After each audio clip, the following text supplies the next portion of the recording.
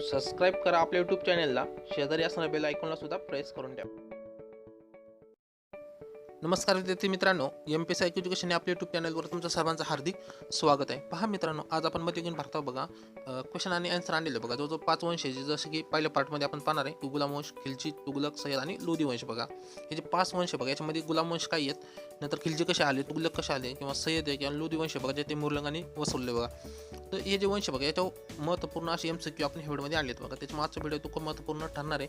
हा व्हिडिओ नक्की पूर्ण पाहा, जेणेकरून तुम्हाला मध्ययुगीनचा जो पहिला पार्ट आहे बघा, ते व्यवस्थित समजेल. तर वेळ न जाता आपल्या लेक्चरला सुरू करू आता.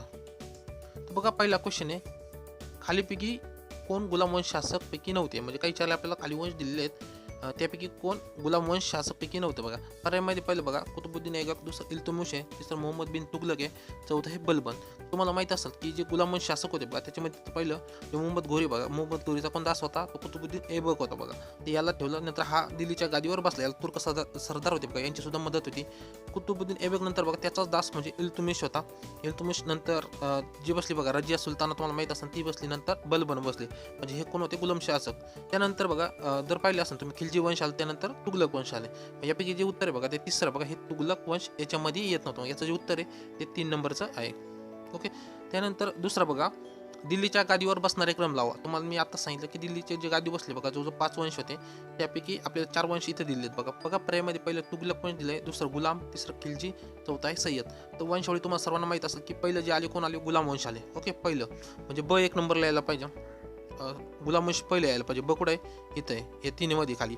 त्यानंतर गुलाम वंश नंतर बघितलं तर खिलजी वंश येतो बघा, क येतं. तर क कोणत्या ठिकाणी, ह्या 2 मध्ये बघा. ओके, शेवटच्या 2 मध्ये. नंतर खिलजी नंतर पाहिलं तर तुगलक वंश येतं, अ नंबर.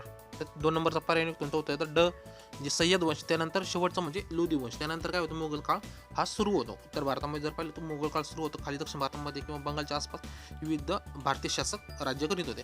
त्यानंतर तिसरा क्वेश्चन पहा, खालील विधाने पहा. आपल्याला काय विधान दिले, त्यावरून ते शासकाचं वर्णन विचारले आपल्याला, कोणता शासक होता. ओके. पहिलं विधान बघा, मोहम्मद घोरी मृत्यूनंतर भारतीय क्षेत्र जे लाहोर व इतर भागामध्ये वली अहद म्हणून नियुक्त झाले. म्हणजे तुर्क सरदार कोणते, वली अहद म्हणून नियुक्त झाला. त्यानंतर दुसरं बघा, उदारतामुळे याला लाख बक्ष म्हणून सुद्धा ओळखले जाते. तिसरं विधान बघा, याने 2 प्रमुख मस्जिद निर्माण केली. एक म्हणजे दिल्लीतील कुवेत उल इस्लाम, आणि दुसरं म्हणजे अजमेरमधली बघा ढाई का झोपडा म्हणून प्रसिद्ध ती मस्जिद त्यांनी बांधली. तो बघा, याचा मृत्यू लाहोरमध्ये पोलो खेळताना घोड्यावरून पडून झाला. पोलो माहिती तुम्हाला, तर घोड्यावर बसून खेळण्याची एक पद्धत आहे. त्या घोड्यावरून खेळताना त्याचा पडून मृत्यू झाला. तर वरीलपैकी कोणत्या शासकाचं वर्णन केलेलं आहे बघा. हे जे वर्णन केलंय बघा मित्रांनो, हे कोणाबद्दल केलं आहे, तर हे केलं आहे कुतुबुद्दीन ऐबक बघा. तुम्हाला मी सांगितलं की जे मोहम्मद घोरीच्या मृत्यूनंतर मोहम्मद घोरीचा मृत्यू झाला बघा, त्यानंतर दिल्लीचे जे क्षेत्र होते बघा, लाहोर किंवा इतर भागामध्ये, ते कोणाकडे दिलं, तर कुतुबुद्दीन ऐबककडे दिलं होतं बघा. त्याच्यामुळे जे वर्णन केलं आहे पहिल्या विधानामध्येच त्याचं उत्तर सापडतं. त्यानंतर त्याला इतिहासामध्ये लाखबक्ष सुद्धा म्हटलेलं, हे पण बरोबर आहे. याच्या काळामध्ये बघा 2 मस्जिदी प्रमुख, इतर मस्जिदी सुद्धा बांधल्या, पण प्रमुख 2 होत्या. त्यातले कुवत उल इस्लाम आणि दुसरा म्हणजे अजमेरमध्ये बघा डायदीन का झोपडा हे त्यांनी बांधलं. आणि याचा मृत्यू कसा झाला, जे घोड्यावरून पोलो खेळ खेळताना घोड्यावरून पडून त्याचा मृत्यू झाला होता. त्यानंतर 4था क्वेश्चन पहा, खालील विधाने पहा, वरीलपैकी कोणते विधान बरोबर आहे आपल्याच्या. म्हणजे 2 विधान दिले, त्यापैकी कोणतं बरोबर आहे विचारलंय. तर पहिलं बघा, पहिलं विधान, शुद्ध अरबी मुद्रा चालवणारा प्रथम शासक हा इल्तुमिश हा होता. ओके. दुसरं विधान काय दिले, गुलामवंश काळातील दिल्लीला हजराती दिल्ली या नावाने ओळखत होते. आता हे 2 विधान नाही बघा. जर इतिहासामध्ये तुम्ही पाहिलं, जे शुद्ध अरबी मुद्रा चालवणारा प्रथम शासक कोण होता, इल्तुमिश होता. कारण इल्तुमिश हा ॲज कम्पेअर टू जो पहिला होता कुतुबुद्दीन ऐबक, याच्या कम्पॅरिझनने तो जास्त सेटल झाला होता दिल्लीमध्ये, किंवा दिल्लीचा प्रथम सुलतान सुद्धा याला म्हटलं जातं. कारण व्यवस्थित यांनी काय केलं होतं, एक सिस्टीम चालवली होती बघा. त्याच्यामुळं आणि त्याच्या काळातच बघा त्यांनी काय केलं होतं, जे शुद्ध अरबी मुद्रा होते बघा, त्याच्यावर अरबीमध्ये एक लिखाण होतं बघा, ते चालवणारा प्रथम शासक कोण, हा इल्तुमिश हा होता. म्हणजे हे विधान काय बरोबर आहे. ओके. त्यानंतर दुसरं विधान बघा, दुसरं विधान म्हणजे सांगितलं काय, गुलामवंश काळातील दिल्लीला हजराती दिल्ली या नावाने ओळखतो बघा. त्या काळामध्ये म्हणजे जी सुलतानशाही होती बघा, त्या काळामध्ये दिल्लीला काय नावाने ओळखत होते, हजराते दिल्ली या नावाने ओळख होती. ओके. ते म्हणून काय झाले, हे दोन्ही विधाने काय आहेत, बरोबर आहेत. तर पर्यायामध्ये 3 नंबरला हा सापडतो. ओके. त्यानंतर 5वा क्वेश्चन बघा. आता काय विचारलं, इसवी सन 1290 मध्ये कोणता शासक हरल्यामुळे एका संधीत उलागू नेतृत्वात दिल्लीमध्ये 4000 मंगोल बसवले गेले, ज्यांना 9 मुसलमान म्हणून ओळखले गेले. बघा ही घटना कधीची, 1290 मध्ये बघा. त्यावेळी एक दिल्लीवर अब्दुल्लाच्या याच्यामध्ये काय झालं होतं, दिल्लीवर मंगोल शासकाचं आक्रमण झालं होतं बघा. त्यावेळी एक संधी झाली होती बघा या शासकाची. त्या संधीमध्ये एक राजा होता बघा, राजा म्हणण्यापेक्षा एक नेतृत्व करणारा व्यक्ती होता, त्याचं नाव होतं उलाऊ. तो उलाऊच्या नेतृत्वामध्ये आणि त्या शासकाच्या याच्यामध्ये एक संधी झाली. त्या संधीमध्ये ठरलं की जे मंगोल आले आहेत बघा, यांना दिल्लीमध्ये वसवायचं. मग त्या काळामध्ये काय, त्यानुसार काय झालं, मंगोल 4000 मंगोल होते बघा जवळजवळ, ते दिल्लीमध्ये बसले होते, ज्यांना नव मुसलमान सुद्धा म्हणून आज सुद्धा ओळखलं जातं. ओके, मग कोणत्या शासकासंग संधी झाली होती असं विचारलंय. पर्यायमध्ये बघा 4 पर्याय होते. याचं जे उत्तर मित्रांनो ते अल्लाउद्दीन खिल्जीच्या काळामध्ये, जलालुद्दीनच्या खिल्जीच्या काळामध्ये वसवलं होतं. अल्लाउद्दीन आणि जलालुद्दीन कन्फ्युजन होण्याची शक्यता आहे. लक्षात ठेवा, जलालुद्दीनच्या खिल्जीच्या काळामध्ये काय झालं, जी घटना आहे 1290 मध्ये 4000 मंगोल दिल्लीमध्ये वसवले गेले, त्यांना नव मुसलमान सुद्धा ओळखलं गेलं नाही. ओके, 4 पर्याय जलालुद्दीन, अल्लाउद्दीन, बलबन आणि इल्तुमिश. याचं जे उत्तर आहे मित्रांनो ते आहे जलालुद्दीन खिल्जी, ज्याचं दिसल्यामुळे प्रॉब्लेम झाला. त्यानंतर पुढचा क्वेश्चन पाहू. 6. दक्षिण भारतावर आक्रमण करणारा प्रथम शासक कोणता होता. बघा, ज्यावेळी सुलतानशाही आली बघा, त्या काळामध्ये काय झालं, उत्तर भारताचं आक्रमण करत होते, त्यावेळी मंगोल सुद्धा वरून येत होते. त्याच्यामुळे त्यांचा सर्व वेळ काय होत होता, उत्तर भारतामध्ये जास्तीत जास्त जात होते. त्यांना दक्षिण भारतामध्ये किंवा बंगाल साईडला त्यांना जे राज्य विस्तार आहे किंवा ते करायला टाइम भेटला नाही. त्यानंतर काय झालं, एक शासकाच्या काळामध्ये काय झालं, हा शासक जास्त पॉवरफुल झाला बघा. यांनी काय केलं, दिल्लीच्या दक्षिण भारतावर आक्रमण केलं. दक्षिण भारत म्हणजे त्यावेळी देवगिरीच्या खाली जो प्रदेश होता बघा, देवगिरी किंवा आपण म्हणतो औरंगाबादच्या खालचा जो प्रदेश आहे बघा, त्या काळामध्ये काय झालं, दिल्ली म्हणून आपण दक्षिण भारत म्हणून ओळखत होते बघा. त्यावेळी त्याच्यावर त्यांनी त्यावेळी देवगिरी नाव होतं, तर देवगिरीवर त्यांनी आक्रमण केलं होतं. म्हणून दक्षिण भारतावर आक्रमण करणारा प्रथम शासक कोण आहे असं हा क्वेश्चन आहे बघा. पर्यायामध्ये काय अल्लाउद्दीन खिल्जी, दुसरं जलालुद्दीन खिल्जी, तिसरं इल्तुमिश, चौथा आहे कुतुबुद्दीन आहे बघा. तर याचं उत्तर मित्रांनो ते आहे अल्लाउद्दीन खिल्जी, 1 नंबर आहे बघा. अल्लाउद्दीन खिल्जी खूप प्रसिद्ध आहे इतिहासामध्ये आणि यांनी दक्षिण भारतात सुद्धा काय म्हणतो ना आपण स्वारी केली होती बघा. याच्या काळामध्ये विविध योजना आखल्या होत्या किंवा परियोजना सुद्धा म्हणतो आपण, ज्या काही सक्सेस झाल्या, काही सक्सेस नाही झाल्या, किंवा जे याच्याच काळामध्ये काय झालं, जे 2 राजधानी निर्माण झाली, एक देवगिरी आणि वर म्हणजे आपण म्हणतो ना दिल्ली, या 2 राजधानी याच्याच काळामध्ये निर्माण झाल्या होत्या. हे लक्षात ठेवा. याचं उत्तर आहे अल्लाउद्दीन खिल्जी, हे लक्षात ठेवा. त्यानंतर 7वा क्वेश्चन बघा. कोणाच्या काळात एका उठावात दक्षिण भारत स्वतंत्र झाला. त्यामध्ये विजयनगर 1336 आणि बहमनी 1347 मध्ये स्वातंत्र्य झाले. क्वेश्चन तो तुम्हाला समजला असेल की एक उठाव झाला होता. त्या टायमाला बघा, ज्यावेळी हा शासक दिल्लीमध्ये राज्य करीत होता, त्यावेळी भरपूर प्रमाणात उठाव झाले. एक उत्तरेत सुद्धा झालं होतं, लाहोरच्या तिकडं.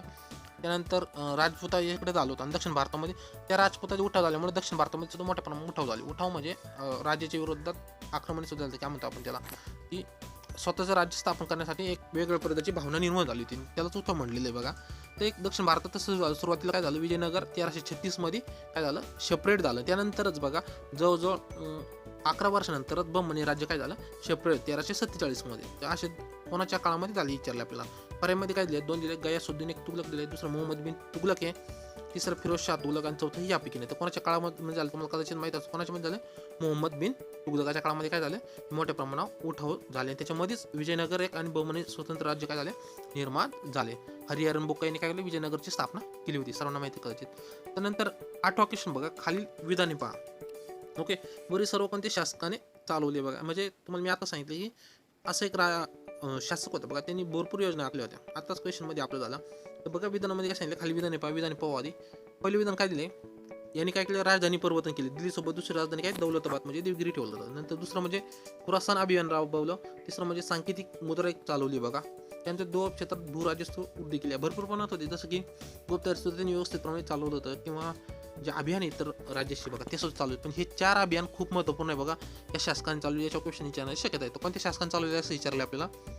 ओके, तर पर्यायामध्ये बघा, पहिलं काय दिलं, गयासुद्दीन तुगलक, दुसरं मोहम्मद बिन तुगलक आहे, तिसरं बघा फिरोज शाह तुगलक, चौथा यापैकी नाही. तर एकूण चालवलं होतं मोहम्मद बिन तुगलकाने. तर मोहम्मद बिन तुगलकाने बघा काय चालवलं, एक राजधानी परिवर्तन केलं बघा. दिल्लीसोबत दुसरी राजधानी केलं दौलताबाद, दुसरं खुरासान अभियान चालवलं.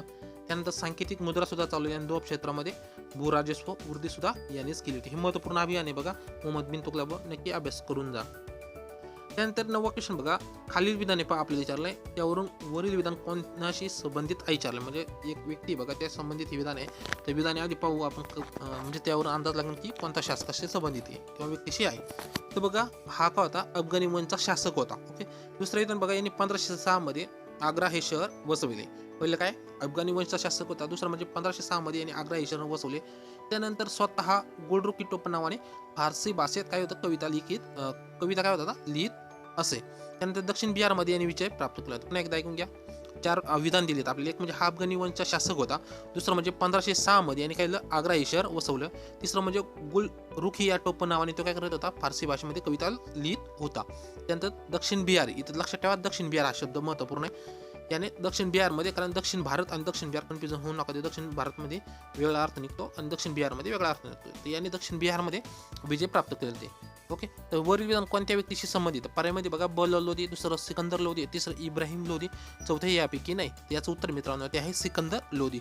बघा लोदी घराणे तुम्हाला सर्वांना माहीत असेल, खूप महत्त्वपूर्ण एक शेवटचं आहे बघा, जे म्हणतो ना आपण जी सुलतानशाही होती त्यापैकीच एक लोदी घराणं होतं. पहिलं कोणतं होतं? गुलाम वंश, दुसरं खिलजी, नंतर तुगलक आले, तुगलक नंतर सय्यद वंश आले बघा, जे मंगोलांनी बसवलं होतं. ते मोरीलंकचे जे होता बघा, त्यांनी जाता जाता ते तिथे केलं. नंतर सय्यद नंतर बघा एक लोधी घराणं आलं होतं बघा. हे लोधी घराणं खूप महत्त्वपूर्ण आहे. त्याच्यामधलंच महत्त्वपूर्ण एक शासक म्हणजे सिकंदर लोधी. याच्यावर क्वेश्चन विचारू शक्यता, कारण हा महत्त्वपूर्ण शासक आहे.